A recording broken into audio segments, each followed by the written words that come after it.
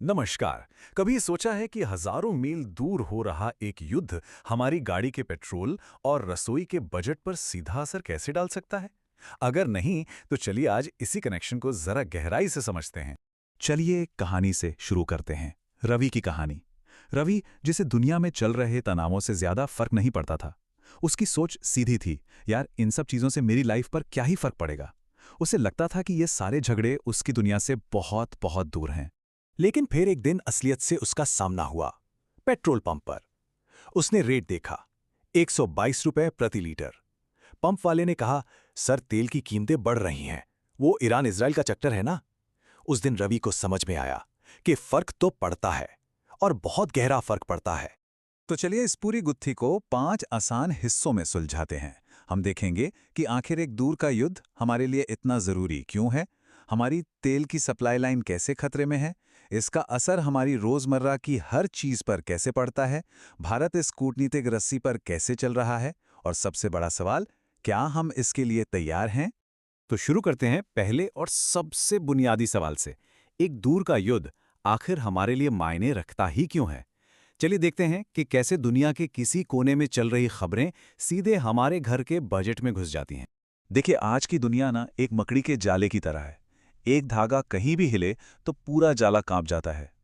एक देश में होने वाली कोई भी घटना सप्लाई चेन और बाजारों के जरिए पूरी दुनिया में महसूस होती है। और खाड़ी क्षेत्र तो इस जाले में भारत का सबसे करीबी और जरूरी हिस्सा है। इसलिए वहां की हर हलचल हम पर गहरा असर डालती है। तो ठीक है, अब आते हैं इस पूरी समस्या की जड़ पर, वो नस जो हमारी अर्थव्यवस्था को जिंदा रखती है, और वो है तेल। ये आंकड़ा देखिए, 85%। जी हाँ, भारत अपनी जरूरत का 85% कच्चा तेल बाहर से मंगवाता है।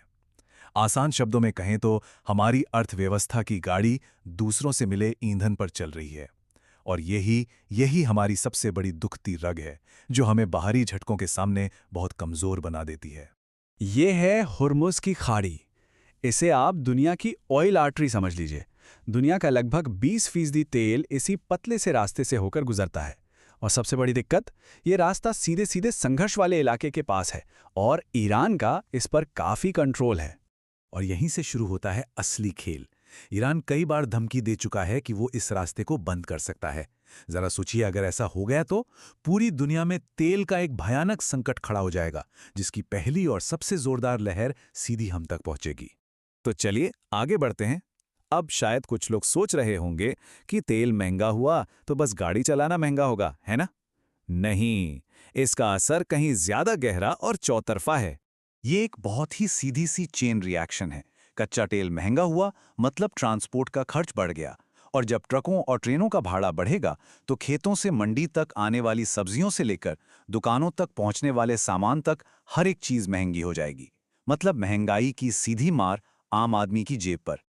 और कहानी सिर्फ यहीं खत्म नहीं होती। ये जानना वाकई हैरान करने वाला है कि हमारी रोजमर्रा की कितनी चीजें कच्चे तेल से बनती हैं। घर की दीवारों का पेंट, प्लास्टिक के डिब्बे, गाड़ी के टायर, यहाँ तक कि दवाइयाँ और कॉस्मेटिक्स भी। इसका मतलब साफ है, तेल महंगा तो इन सभी चीजों को बनाने की लागत भी ज्यादा और कीमत भी ज्यादा। तो अब ये समझना जरूरी है कि ये मामला सिर्फ पैसों का नहीं है। ये भारत के लिए एक बहुत बड़ी भू राजनीतिक और कूटनीतिक पहेली भी है। इसे ऐसे समझिए कि भारत एक बहुत ही पतली रस्सी पर चल रहा है। रस्सी के एक छोर पर हैं इजराइल और अमेरिका, जो हमारे बहुत मजबूत रक्षा और रणनीतिक पार्टनर हैं। और दूसरे छोर पर है ईरान, जो न सिर्फ हमारा एक जरूरी ऊर्जा स्रोत है, बल्कि उस पूरे इलाके की राजनीति में एक अहम खिलाड़ी भी है।